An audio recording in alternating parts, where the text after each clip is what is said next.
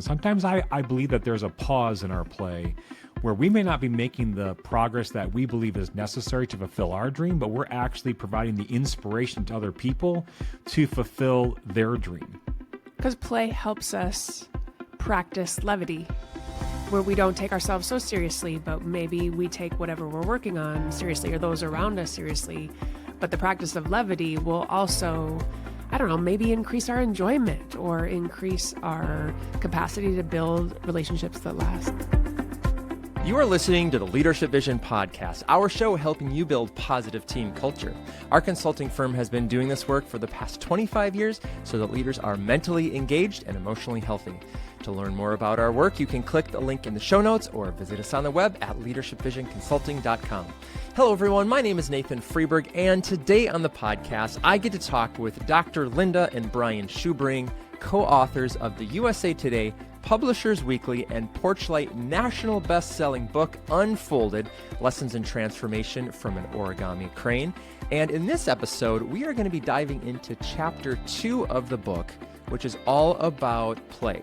We'll explore how playgrounds, those safe spaces to experiment, imagine, and fail, are essential to discovering your voice and pursuing your dreams. We'll also talk about the risk of staying too long in those playgrounds and how to use play strategically. Now, as you listen, consider this. Where is your playground? And what might be holding you back from stepping out of it? All right, let's dive in.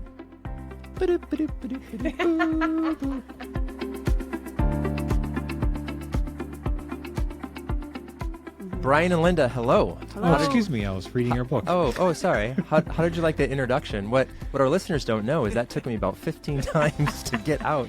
It's all about the play of it. I was right? fubbling up, but I think All that's a good kickoff to what we're going to be talking about today. So Chapter 2 is all about play, and right now when we're recording this, it's the middle of summer, and because my kids aren't in school, and because they're not in a lot of camps, my summer is full of play. It is playing games that we make up on the spot. It's playing games like catch. It's playing things literally out on the playground. I don't know if you're familiar with the ever-popular lava monster. The rules of this game I have yet to figure out because it's basically the kids just want me to chase them around on the play structure. Yeah. But I have a question to kick us off here. I know, we could get into that, but I realize I could talk about that too much here. This chapter on play is fascinating to me, and I'm curious, why did you include this? Or maybe another way to say that is, what is kind of the larger message around play that we want to talk about? And then you can't really see this, but I've highlighted so many things in here that I want to ask you about. So maybe say this a different way is, how do you define play in the context of leadership or transformation or lessons from an Origami Crane? Yeah, well, very simply, we define play as practice in disguise. Whenever someone is going after a goal or attempting to do something, we know that many tries are in place. But when we started to put the book together, we were talking about the elements of play and the joy and the fun in discovering things that we like as humans. And no matter who you are or where you've been, you have some sort of, there's been some sort of play in your background. And when you start to really think about the things that you loved when you were young, you can maybe draw a through line to the things that you most enjoy now, just the adult version of them. One of the reasons why I wanted to include an idea around play is two reasons. One, I really believe that when adults are pursuing a dream of theirs, they often think that there's a very short bridge between the conception of the dream and the fulfillment of the dream. And what I've learned is that for dreams to be fulfilled, there's a long pathway of practice and trying and developing and growing on our way towards a dream. And I wanted to somehow capture that in the allegory. And one of the reasons why I chose a playground was because in raising our daughter, I would bring her to playgrounds often. Throughout the year, we'd make up games that would include other kids, and you just watched how children learn to play together, how they challenge themselves, how they challenge their abilities, they challenge each other. And there was something about that playful nature that I wanted to convey in the allegory, that when we pursue our dreams, it often involves other people that are around us, that are helping us in the journey. Fulfilling and pursuing our dreams is often about where we are, so context is huge. Mm-hmm. And oftentimes, the challenges of the playgrounds in our lives are often frustrating, but the playground sometimes doesn't really change. The resources are still there for us to try again. That's why I wanted play to be a main theme, is because I want adults to be invited into the play process that practice provides for us. It can be fun, it can be enjoyable, as well as frustrating, but there are lessons to learn throughout. So for me, I think about times growing up where I was forced to practice piano.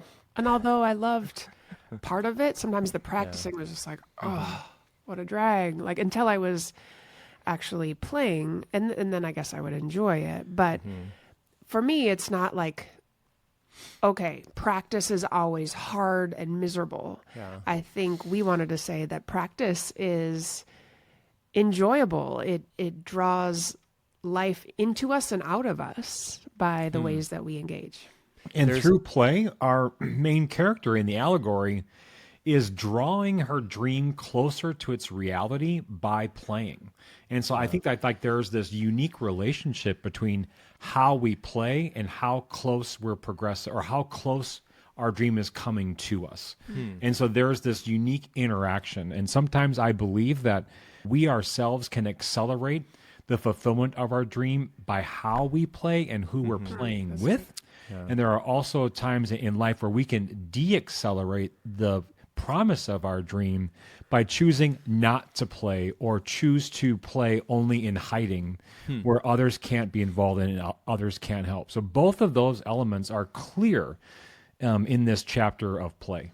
I want to talk about the playground for a little bit, because I think it's a great metaphor, and I want to maybe expand the definition over what we think about when we think of a playground. One of the things I really liked that you talk about in the book here is how OC, there's a sense of like safety on the playground, and I could be with my friends and we're goofing around doing this stuff. When I was researching this, I came across, I think it's a PhD, Stuart Brown. I don't know if you've heard of this guy before. He has this whole book on play. It's called Play, How It Shapes the Brain. Yep. And he emphasizes that play isn't just about specific activities, but a state of mind characterized by enjoyment, suspension of self-consciousness, and desire for continuation.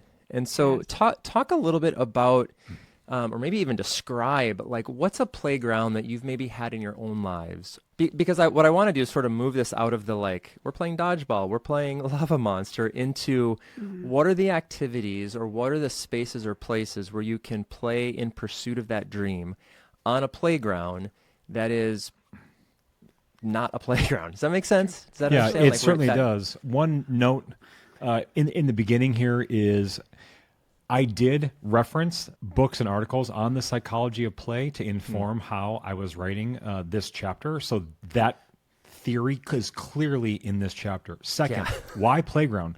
The playground in the book is an actual playground that is 2 blocks from our house. And why that playground is important, first, it is a parametered and protected playground. All sides of the playground have something structural that are defining the actual playground itself. Second, there are 3 developmental areas in the playground. There's a playground for the littles, a playground for a little bit older children, and a playground for much older children. And every one of those smaller playgrounds has their own challenges. That's second, because it's developmental and yet contained in the same place. The third element that's important to our playground is there's safety and shelter in the playground, and that's illustrated by the 2 cottonwood trees. That safety and shelter, I believe, is necessary for people to be able to play in a way that allows them to express their freedom. Number 4, there are elements to play with in the playground. You see, the neighborhood kids and parents, they bring their sand toys, their soccer balls and things that they play with, and they leave them in the playground for other people to use as resources. That's also important for me. And one of the things that's hidden in the book, and we mentioned this once in one sentence, is that there's a way out. There is a secret gate on one end of the corner of this playground that is a way out to a different part of the world. And so those elements, I think, are really important for the reader, because playgrounds represent protected spaces. That could be anything. And in that protected space, we have opportunities for growth and development. There are resources there that are part of the playground and resources that other people bring. And there's a sense of safety and protection while we play. That's just the playground, and not to mention the people in the playground. But that's why we think the playground is so important, is because that idea can be then used to describe the places and the experiences that we each have as individuals, where we've been given a chance to play and to grow and to pursue our dreams within the metaphoric playgrounds of our lives. So then if there's one way out, is that the goal, to get out of the playground? Or do you just go from playground to playground to playground throughout life as you are in pursuit of different and bigger and more audacious dreams? And that, my friend, is left to the reader. Yeah. All right. But it is clear, Nathan, like when you go to this playground, there is one gate that leads to a greater world, and we never know. Interesting. Well, Interesting. for me, the idea, Look at him. yeah, for me, the idea of the playground really came to light about, 25 years ago. 27 years ago, I was in a grad program studying administration in higher education. And in one of the classes, the professor was talking about the playground of higher education and to understand who the players are. And so it wasn't just, this is student life and this is faculty and this is the admin and these are the students, but what are the factors and how do you play together on this playground of higher education? And I think it's been an image that has definitely stuck with me. It was a literal playground that the story came to light, our story came to light. But I think about how much play we've experienced at Leadership Vision and the ways that we learn as we're engaged in play. So why not, take that metaphor a little bit deeper. We provide the playground. And then it's up to people whether they'll engage or not. I also had an experience in my own life where I was really, really enjoying the playground that I was in. I was having fun. The people that were around me were super energizing and creating it. I just felt like I had made it professionally, and I was super excited. However, there was a person in my life who really was looking over my shoulder and had this vision that I had already utilized all the resources of my playground, and was basically saying to me, there's the way out. I think you need to take it. And there are times in my life where I've really realized that even though I feel like I'm, doing really well or surrounded by great people, that I may have extinguished really all that the playground has to offer. And there's sometimes this blindness that we have when we have really reached our potential somewhere, and we wrestle with, do I stay and continue to enjoy the fulfillment of my potential, or is there something else out there that I'm just unaware of? And and there was a great degree of fear and uncertainty and self-doubt when I chose to leave. And I think that there are many people who can relate to this story, because we are enjoying something present, but there could be this voice within us saying, but is there something more? And I think that we pay attention to that. This is honestly the main thing that I want to talk to you about today, because, and I'm going to paraphrase this, but there's this idea that if you don't leave the playground, you're going to get limited by what's there. Correct. And I can't help but talk about my kids in this moment, because we are prime playground years. And so you search for the best playgrounds in the world. Yeah, well, I was just going to say, we drove down to Palm Springs a couple of years ago from Portland, and we would literally stop. I would do all this research on where are the playgrounds, like what's a big playground, not just like a little rinky-dink, some swings and a slide.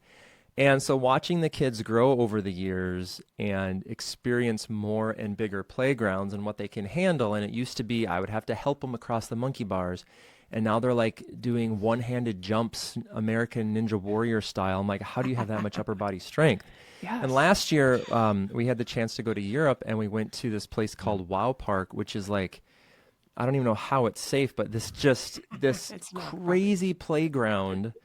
I mean, it wasn't even a playground necessarily, but this idea of like until you try to do something harder or bigger or more difficult, you never know. And so this, I mean, it's underlined and highlighted and red starred. You're limited by what becomes familiar to you. So my question in all of this is, how do you know when it's time to get out of the playground? Don't tell me it's left up to the reader. How do you know when you have practiced and played enough? How do you know when you're ready? Maybe you never know.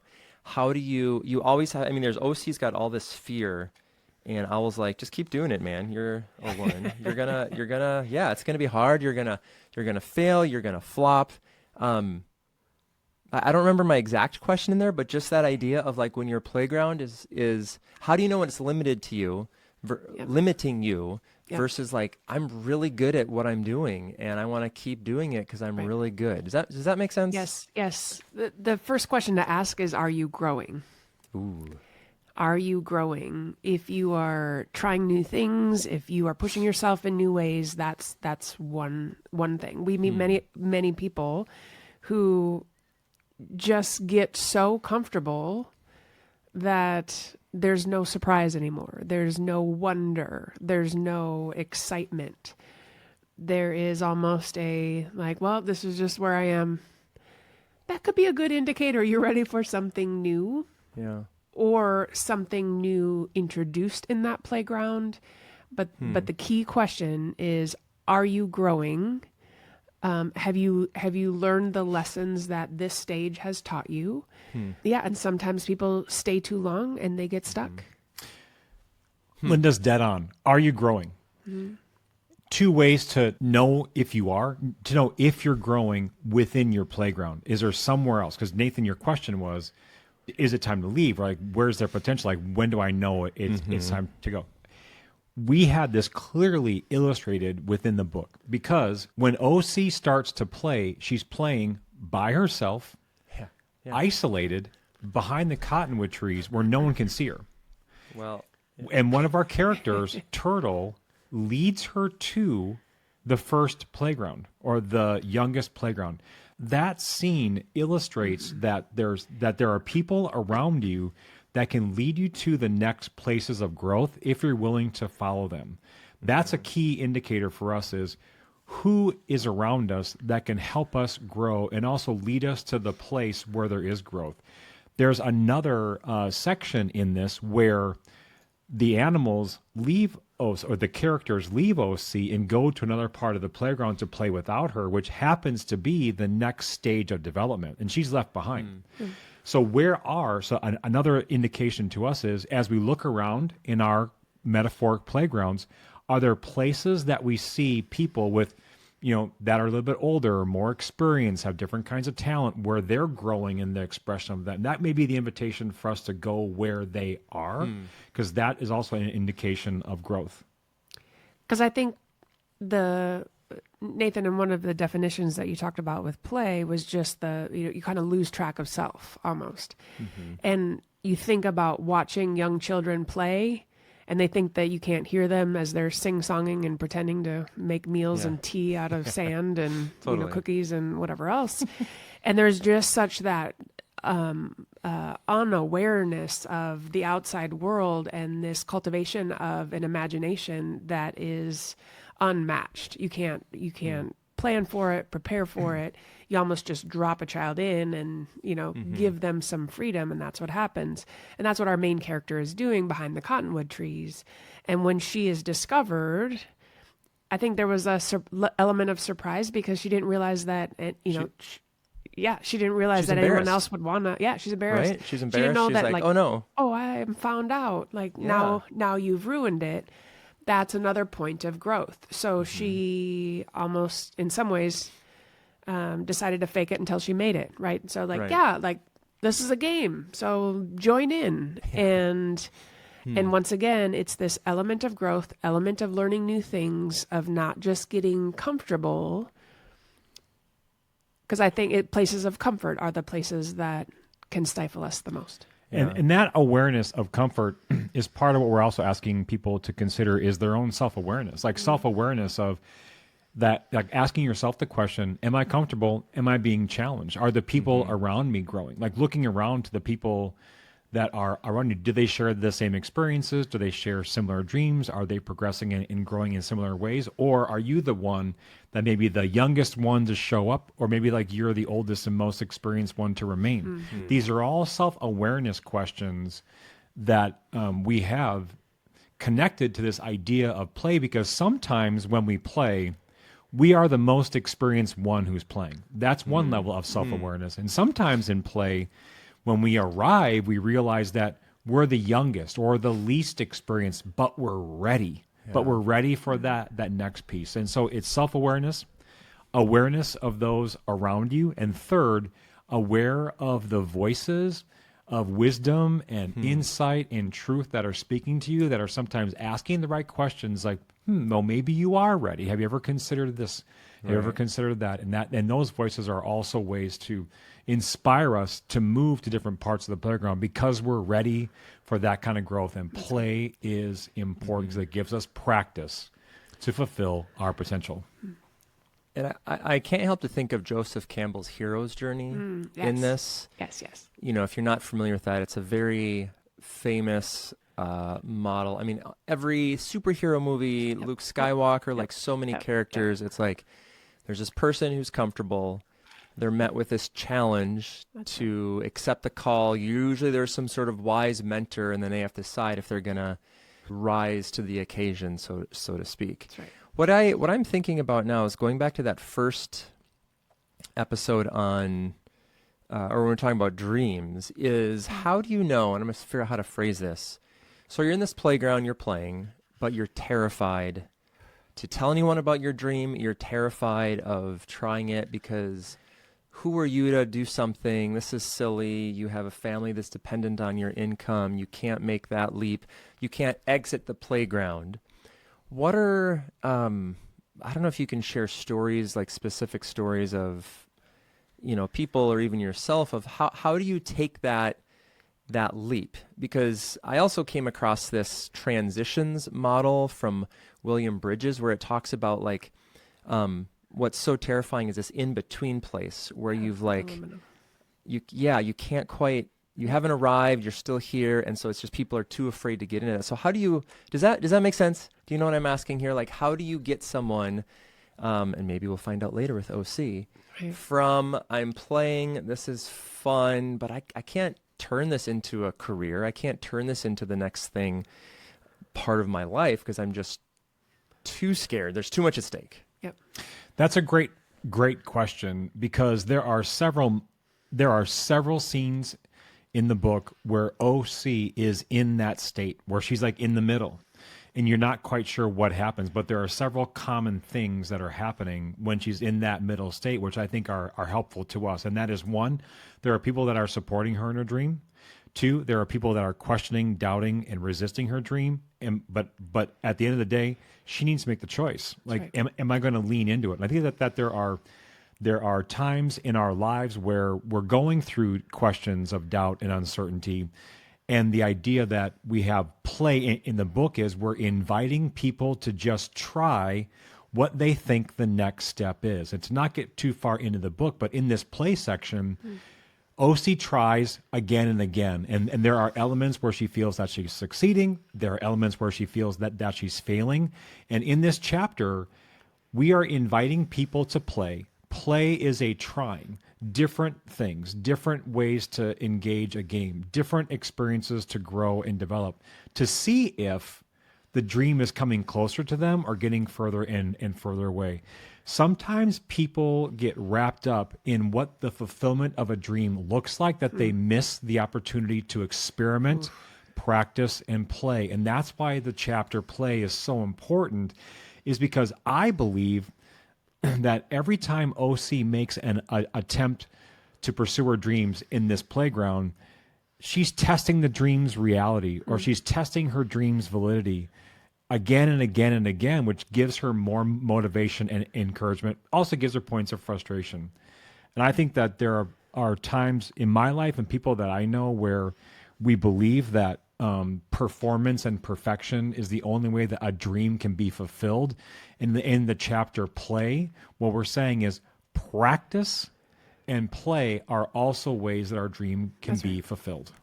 That's right. And I would add, because Nathan, in your question, I heard the transition time that we call liminality, right? The time between you can't go back to what was, and you can't yet go forward to the next. And I really believe that most of our life is spent in that liminal space.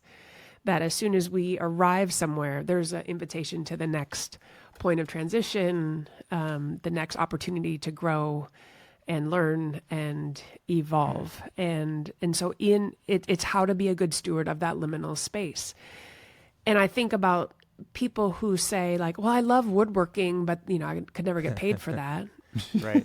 And then I start hearing about how this guy makes furniture and how he spends hours after work, doing this amazing, like practicing this craft. And you can see light in his eyes when he talks about it. And he was proud to show me some of the pieces, and they were extraordinary. And what he's tapping into is even space where he's, carving the wood and planing it and sanding it and doing whatever you do. And he's using that time to think about really complex problems. And it's what makes him really, really good at his job in IT, because he has that space to do it. So oftentimes we think whatever we're practicing with, there has to be a direct correlation. If I'm practicing gymnastics, I have to be a gymnast. Well, I'm 6 feet tall. That's never going to happen.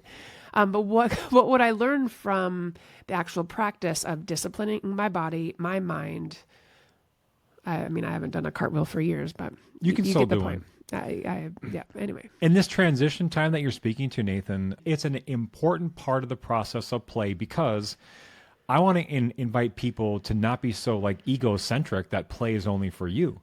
Play is also a time when by our playing, we're creating an invitation for others to play with us. I believe that sometimes that transitional period that we're feeling is the time when others are joining in, and that's part of our role, is to create a play environment where people can also feel the freedom to practice and experiment right alongside of us and learn for themselves. And sometimes I believe that there's a pause in our play where we may not be making the progress that we believe is necessary to fulfill our dream, but we're actually providing the inspiration to other people to fulfill their dream.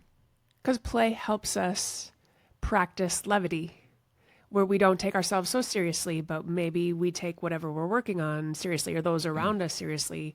But the practice of levity will also, maybe increase our enjoyment or increase our capacity to build relationships that last.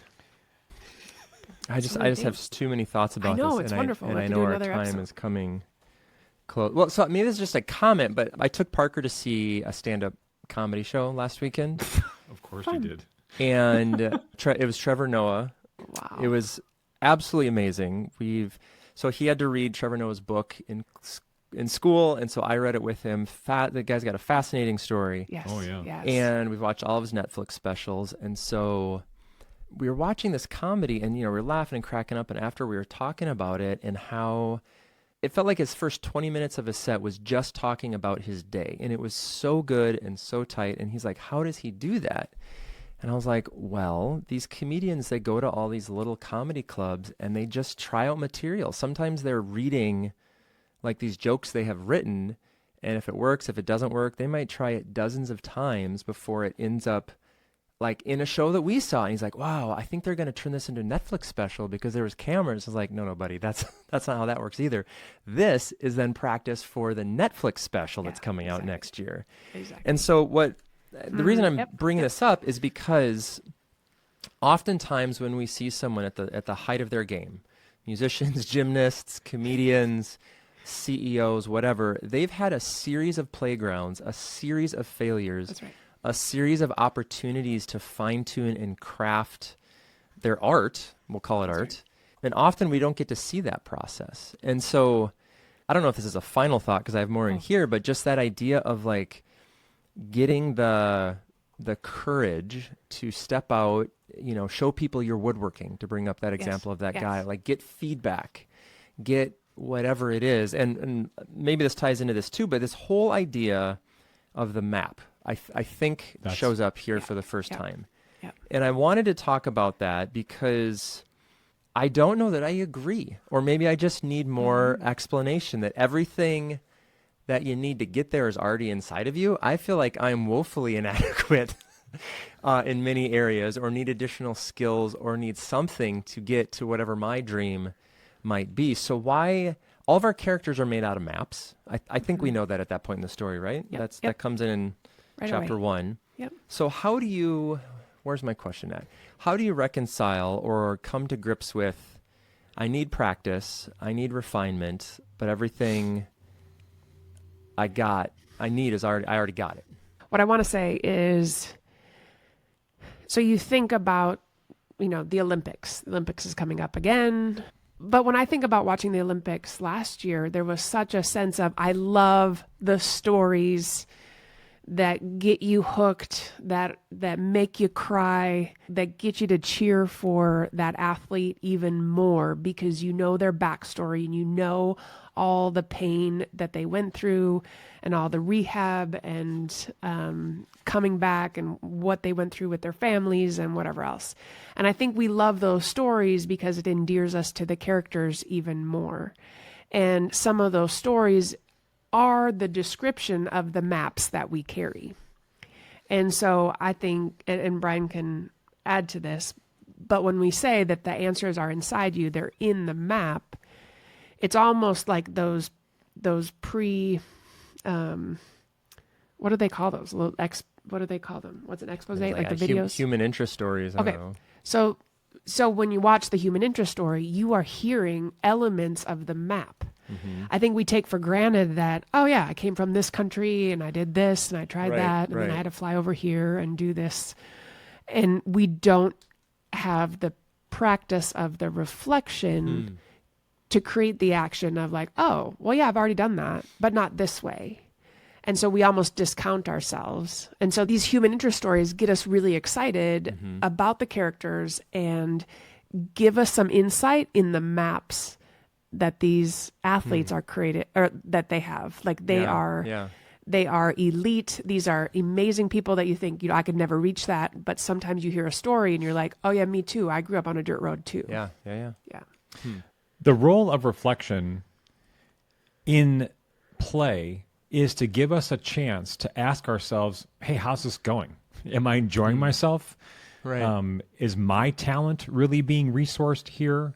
Is the training and learning that I've gone through actually helping me? Or do I need to maybe make a tutory turn or just bend my experience one way or the other? Reflection is important because it helps us understand if we're on the right track or if it's time to try something new. And that's often determined by an understanding of how our talent and potential is growing through the practice of play. Well, and I would maybe disagree a little bit that it isn't about this reflection. It's about, it's a simple reflection. Like, are you enjoying yourself or not? Like thumbs up or thumbs down, not, tell me all the details about it. Like, are you in a place of enjoyment? Do you lose track of time? Are you in that strength zone? And it isn't necessarily play is just, it's practice in disguise. So you don't necessarily know how to understand it, but you're building relationships, you're building capacity, you're growing your skills, you're learning something new, you're adding to your repertoire, and maybe becoming hopefully a better person as a result. To close this out, I want to end on asking you, and this could be a summary of something that we've already said, but what does this chapter really invite all of us to do? Or what would you like readers to take away specifically from this chapter? Don't be afraid to play and to try something new in the pursuit of your dream. Ooh, mic drop. Do you want to add to that, Linda? That was very succinct. I know. Okay, so we meet a lot of people that are so consumed with work that they don't have a hobby. Good angle. It is a good angle. And so there are times where we even introduce exercises when we're working with teams to get people laughing, to get people engaged in a different way, we call it a brain break sometimes, just this opportunity to do something completely outside of the normal in order to create some kind of catalytic breakthrough. And so when you are, when you're with your child and they're playing, like go down the slide too. Or how do you not take yourself so seriously? Do that. I love that. Well, and that's maybe a good teaser for part 2 of this episode, where we're going to explore more of the corporate or team or organization sides of play, because I think sometimes play isn't just in pursuit of your dreams. So I'm going to go play. I'm going to go practice being a stand-up comedian because that's what I want to do. It is a way to unlock something in your current environment that has nothing to do with it necessarily. Yes. But, well, Brian and Linda, thank you very much. This is exciting. Thank you, Nathan. Thank you, Nathan. And thank you for listening to the Leadership Vision podcast, our show helping you build positive team culture. Be sure to go pick up your copy of Unfolded, Lessons in Transformation from an Origami Crane.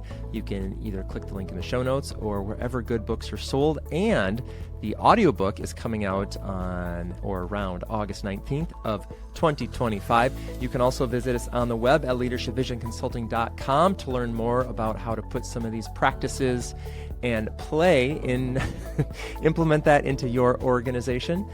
Click the link in the show notes or visit us on the web at Leadership Vision Consulting, as I said. And please share this with someone that you think could benefit from any of these ideas. I'm Nathan Freeberg. I'm Linda Schubring. And I'm Brian Schubring. And on behalf of our entire team, thanks for listening. And Boom. Stop.